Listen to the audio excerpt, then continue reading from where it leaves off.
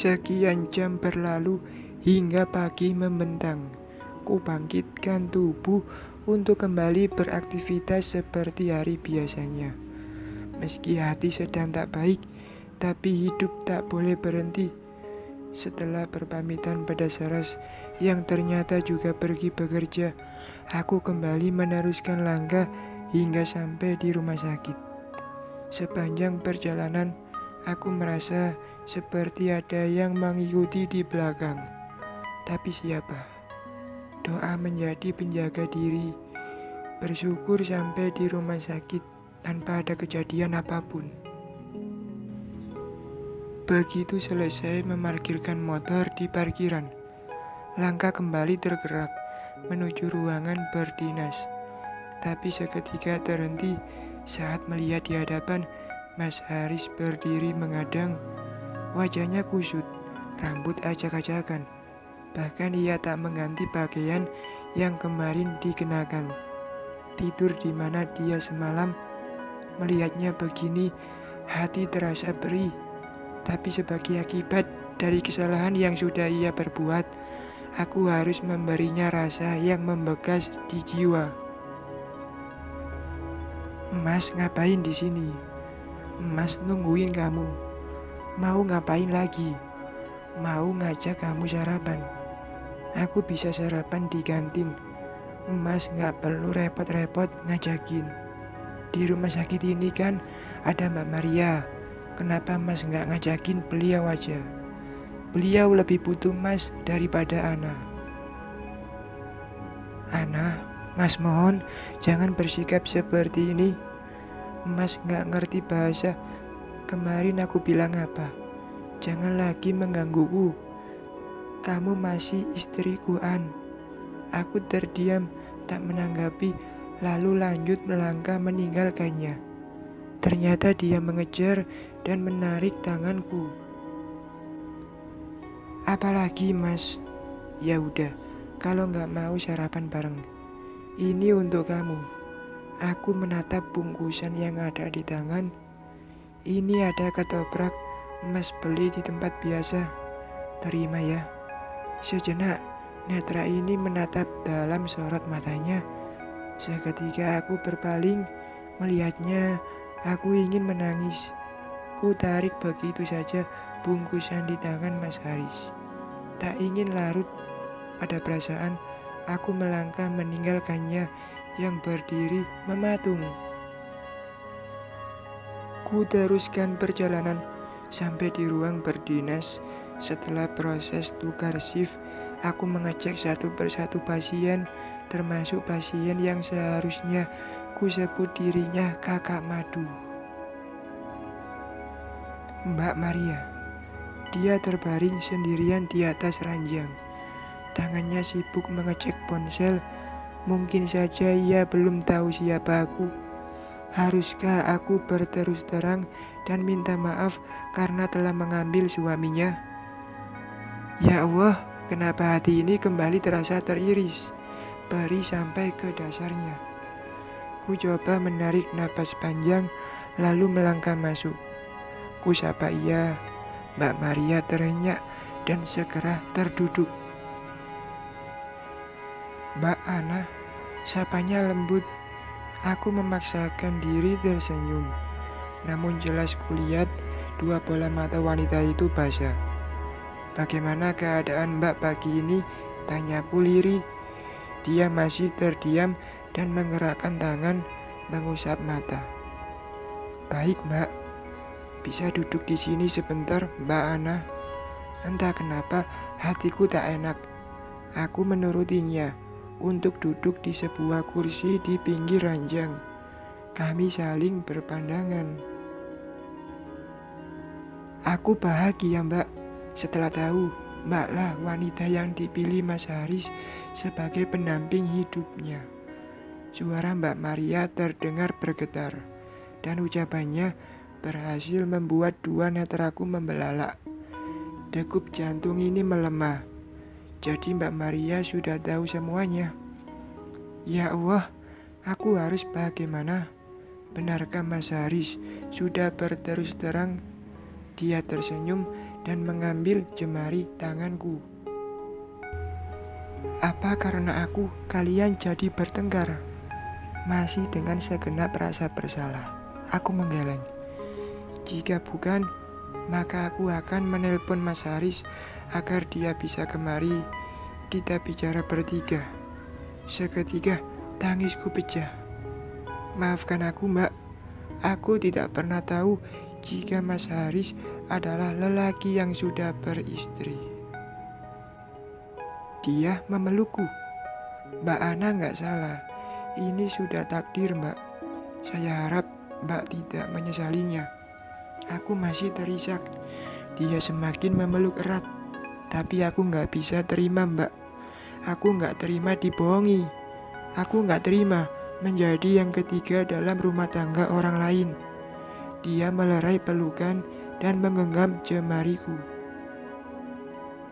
Mbak anakku sayang, aku sudah menyayangi Mbak.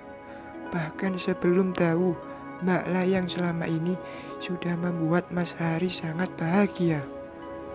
Dengarkan aku, Mbak. Aku dan Mas Haris memang sudah memutuskan untuk berpisah. Hanya saja aku meminta waktu padanya sampai aku sembuh dan bisa merawat Keisha seorang diri. Aku tak dapat berkata apapun, sungguh hancur perasaan ini. Ya Allah, mengapa seperti ini semuanya terjadi? Jangan menangis, Mbak. Mas Haris sangat menyayangi Mbak Ana. Tadi beliau kemari, dia minta saranku untuk membuatnya bisa berdamai denganmu. Aku mohon, Mbak, maafkan Mas Haris. Aku menatapnya dalam. Terlihat ia begitu tulus.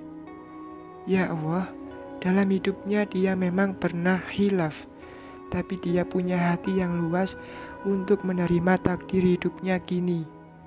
Aku mohon Mbak Ana, bersedialah menjadi saudaraku. Dada ini berdegup kencang. Aku menatapnya yang kini justru mengeluarkan bulir-bulir pada kedua mata. Tiba-tiba tangan Mbak Maria terasa dingin. Wajah pun berubah lebih pucat. Mbak nggak apa-apa. Dia tak menjawab, tapi jemari tangan kanan yang tadinya memegang tanganku kini bergerak mengurut pelipis. Kepala saya pusing, Mbak. Tiduran saja yuk, Mbak. Ku bantu ia berbaring. Mbak Ana, dia memanggilku lirih.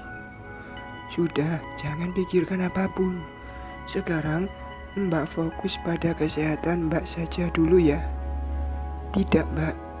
Dia menyentuh jemariku hingga dua netra ini kembali menatapnya. Tolong pikirkanlah permintaanku tadi. Mbak Ana, aku terdiam sejenak. Tangisku menghilang entah kemana, diganti rasa cemas akan keadaan wanita ini. Kuanggukkan kepala sembari memberikan selari senyuman. Ketukan pintu kamar membuat perhatianku teralihkan. Ibunda Mbak Maria masuk karena merasa tak enak. Aku pamit keluar. Ku perbaiki jilbab, mengusap wajah, dan melangkah meninggalkan ruangan itu. Belum jauh berjalan, wanita itu ternyata mengikuti dan memanggil kembali. Mbak Ana, bisa ibu bicara sebentar? Aku menoleh ke belakang dan mendapati ibunda Mbak Maria berdiri di sana. Kuiyakan permintaannya dan akhirnya kami duduk di kursi tunggu depan ruang rawatan. Tadi pagi Haris kemari. Wajahku kini menatapnya. Maria sangat senang saat ibu bilang Haris datang ingin bicara. Mungkin dia mengira Haris akan bersikap lebih baik setelah 2 hari yang lalu. Ia sendiri yang memapa Maria dan membawanya ke rumah sakit ini. Entah kenapa jantungku mendadak berdentum kencang. Ternyata yang terjadi justru sebaliknya. Haris menyatakan kekecewaannya pada Maria. Dia menyalahkan Maria atas pertengkaran yang terjadi di antara kalian. Ya Allah, benarkah yang dikatakan wanita ini? Kenapa Mas Haris jadi tidak berberi kemanusiaan begini? Benar Bu, Mas Haris demikian. Selama ini saya bahkan tidak pernah melihat Mas Haris marah. Sebenarnya saya tidak mau jujur, tapi saya sakit hati melihat Maria dibeginikan. Haris sudah setuju tidak menceraikan Maria sebelum dia sembuh. Itu artinya Haris masih bertanggung jawab pada hidup Maria. Tapi kenapa justru ia lepas tangan, padahal Maria sangat butuh keberadaannya saat ini? Haris benar-benar tidak adil. Ibu kecewa padanya. Hatiku sakit. Aku ingin marah. Tapi pada siapa? Mas Haris, ternyata ini sifat aslimu, Mas. Mbak Ana yang saya hormati, siapa tahu umur anak saya tidak akan lama lagi. Saya mohon Mbak bisa meminta Haris agar memperlakukan Maria sebagai istrinya secara baik. Toh mereka masih terikat ikatan pernikahan. Jika dia bermalam padamu satu hari, maka satu malamnya ia harus bersedia untuk membersamai Maria. Aku menahan sesak di dada. Astagfirullah. Jika lelaki adalah tempatnya saraf, Mbak sebagai istri yang sangat ia cintai saat ini, tentu Mbak bisa mengingatkan Haris agar bisa memposisikan diri sebagai lelaki yang beristri dua. Jangan malah mau menguasai sendiri. Ingatkan dia bahwa lelaki yang tidak bisa adil pada dua istri, maka nanti di akhirat akan ada siksa untuknya. Ucapan wanita itu bagai belati yang menebas jantung ini. Apa ia tidak tahu jika selama ini aku pun tidak pernah tahu bahwa Mas Haris adalah lelaki beristri? Mbak Ana, jika Mbak bersedia mengingatkan Haris, saya sebagai ibu dari Maria sangat berterima kasih.